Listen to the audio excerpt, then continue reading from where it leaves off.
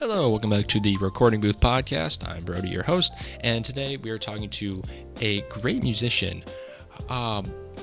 Very different. I love doing these episodes because just getting to talk to artists that do different genres than I listen to or that I even know of is always a great time.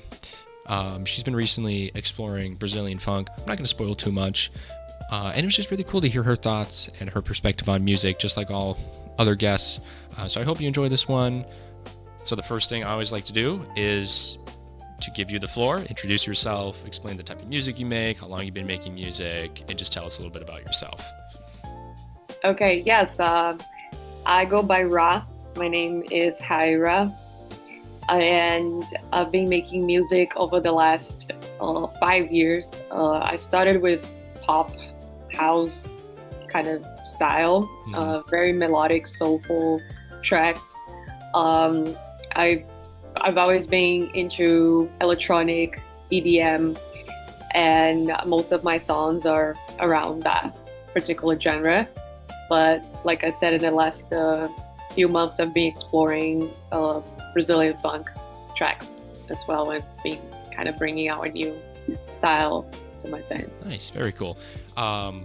With exploring that new genre, what challenges does that bring?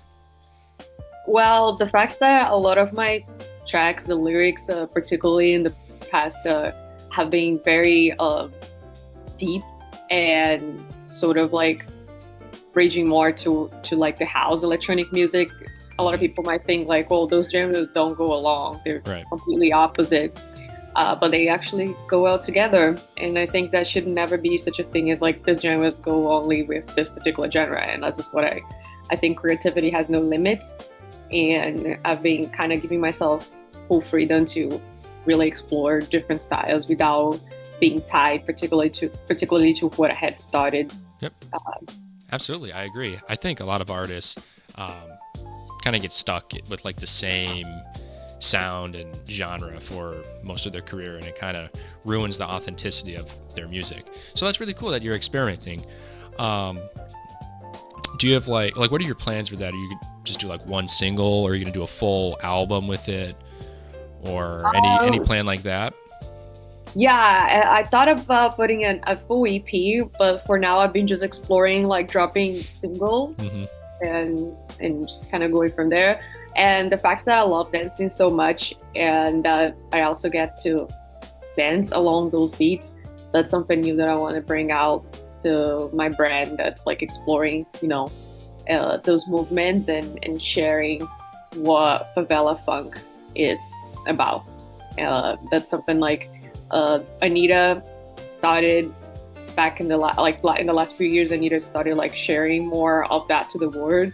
And now it's not that kind of awkward, when you ask someone, what Brazilian funk is? Like, I remember years ago, my friends would be like, what is that? Now they're like, oh, like, Anita, I know what you're talking about. So I think from now I know what you're talking about. In a few years, it's going to be like, yes, I know this. This is good.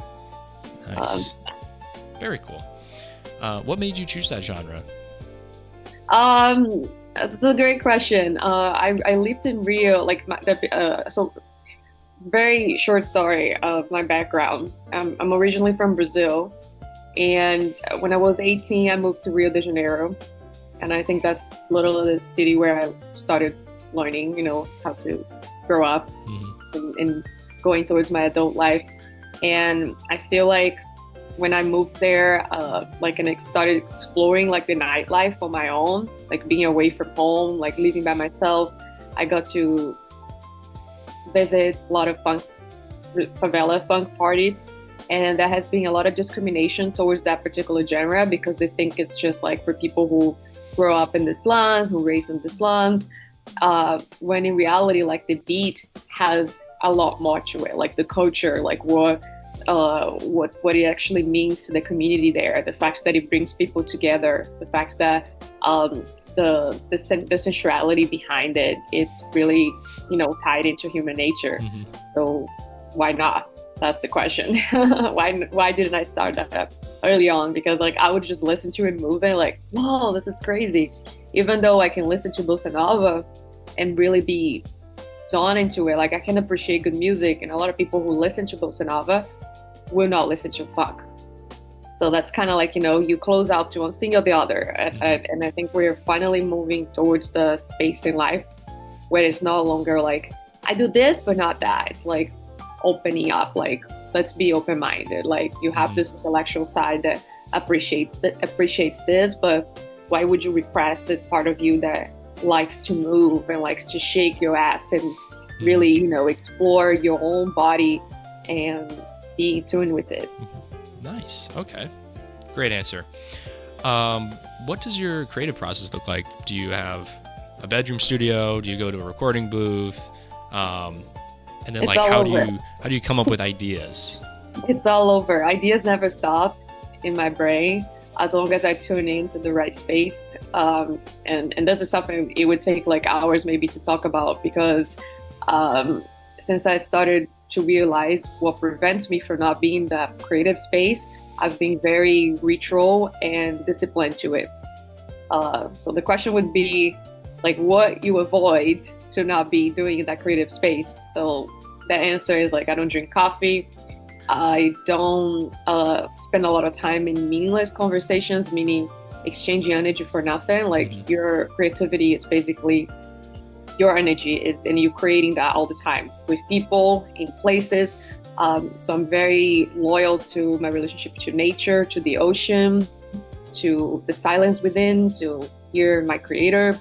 And I do whatever it takes to get to that place, sleeping good, drinking water. I can actually get better at it. Lots of yoga.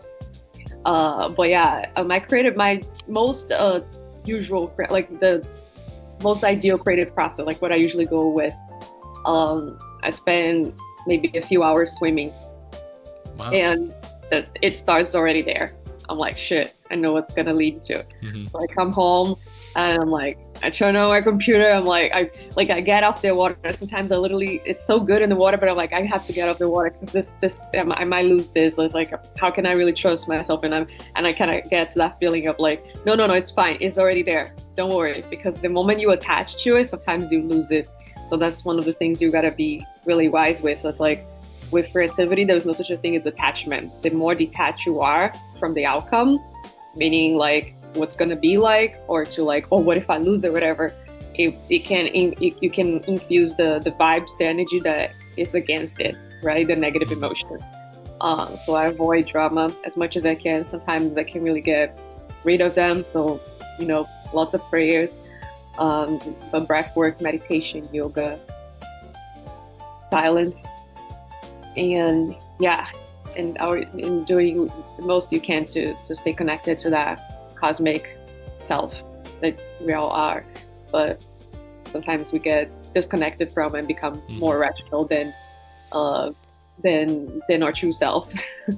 Wow, it seems like you have a great understanding of how you work and how your creativity flows.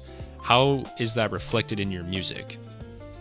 It's reflected in my music by how I choose the words, the emotions. I try to avoid some lines and things that I would not want to hear in my head.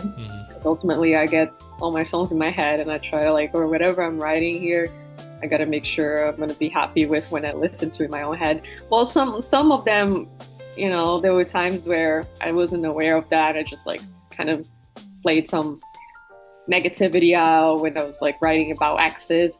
But my understanding about myself is definitely, it's reflective in many ways on how I structure emotion, lyrics.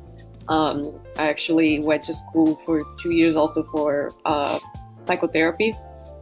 Wow, and okay. it's interesting because I have this artist side and this doctor side in me.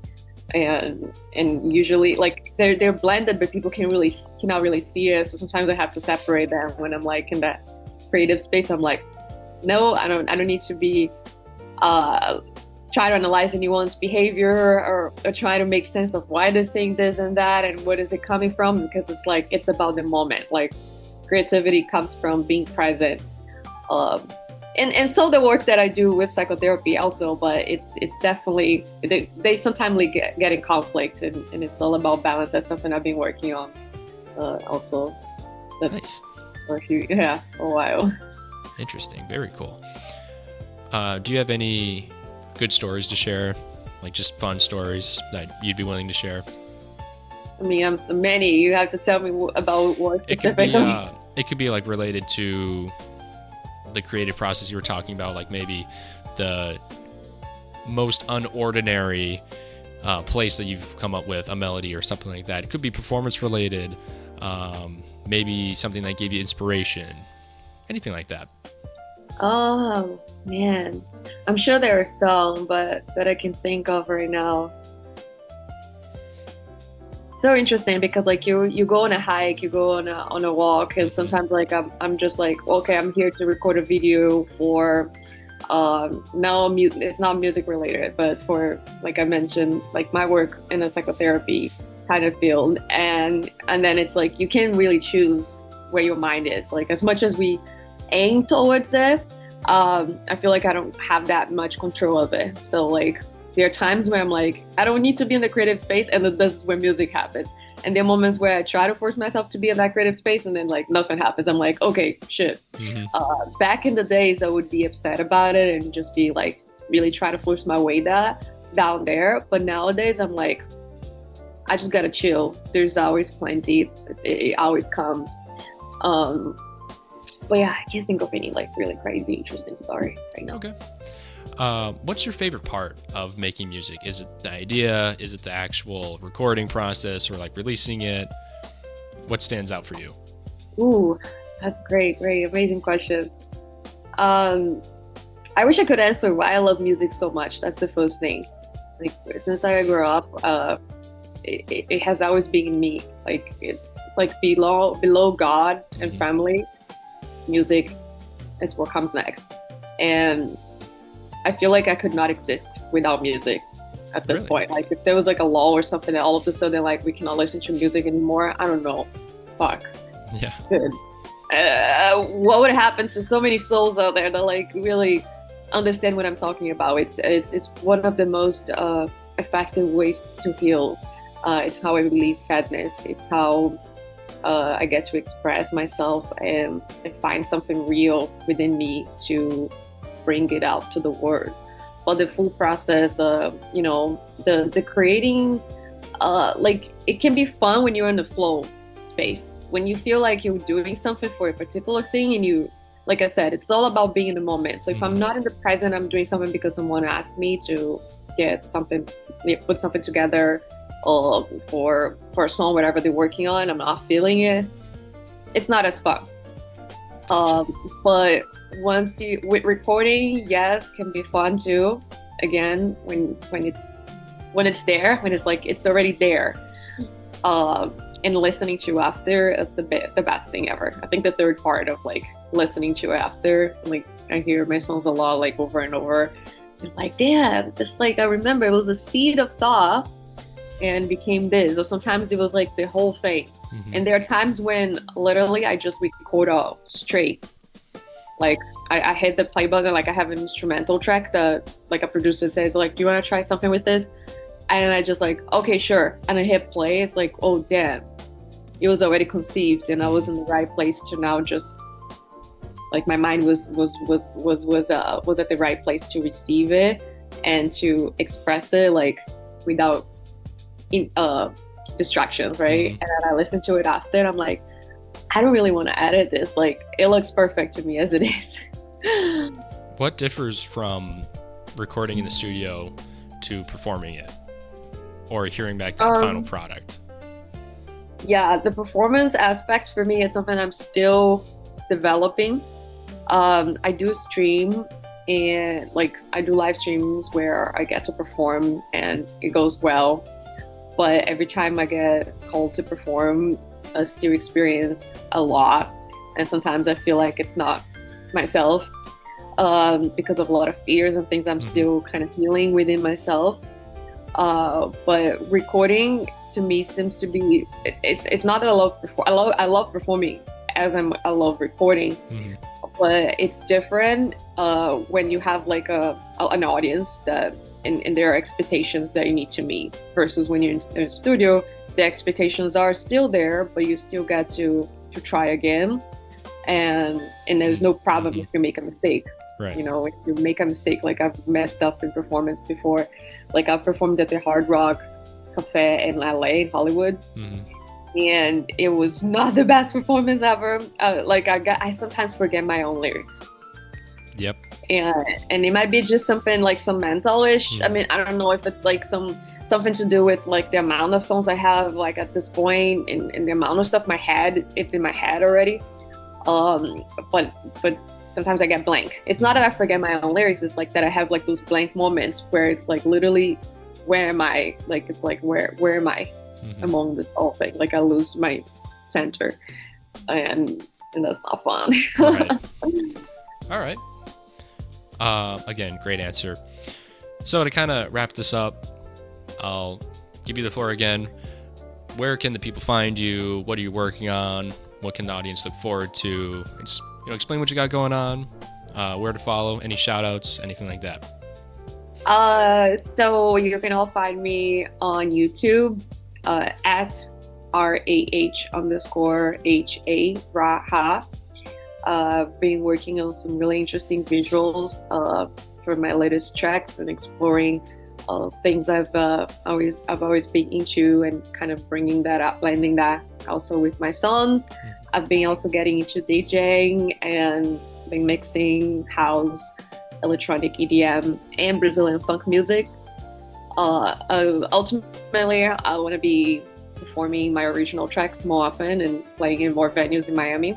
I got to perform at a venue last week in Miami and play my originals for the very first time. Yeah! Nice. That was a project that has been on my plate for a long time, and all of a sudden the opportunity came. So that's something I want to move forward with, and even go back to the songs I started with and just like mix them in different styles before bringing new ones, because like I said, like creativity has no limit. So anytime you can come up with something, but what's the goal? Where are you going with this, right? Are you just doing this for fun?